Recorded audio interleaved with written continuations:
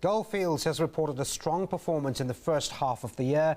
It says it all boils down to an improved gold price and good cost control.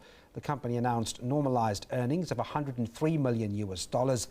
It says there's an interim dividend of 50 South African cents payable on the 12th of September.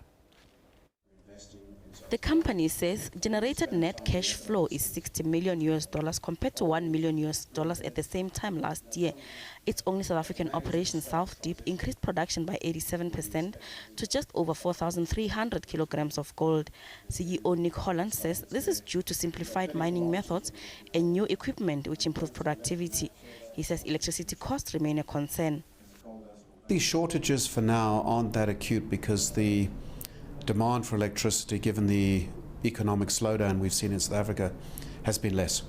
But I think the cost is still a concern.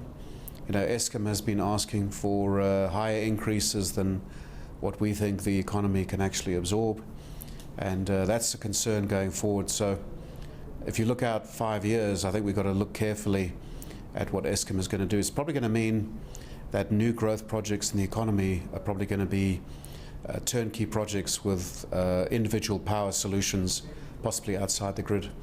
So it is a concern. Holland says increasing input costs and policy uncertainty are some of the risks facing their South African operation. In South Africa, I think the risk is, continued labour cost increases, absent productivity improvements, which I think can hurt the business. So that's one thing. Labour increases are fine, but we need to match it with productivity. Otherwise, I think the risk is the margins will contract, and obviously we don't want to have an adverse impact on the operation. I think the other thing is the regulatory and policy framework for the mining industry is uncertain, and we need to get clarity. Are we going to have a new mining charter? What's the impact going to be? Can we resolve the issue of ownership that's been fairly well vocalized through the media on past BEE deals, etc.? The company recorded 0 fatalities in the first half of the year.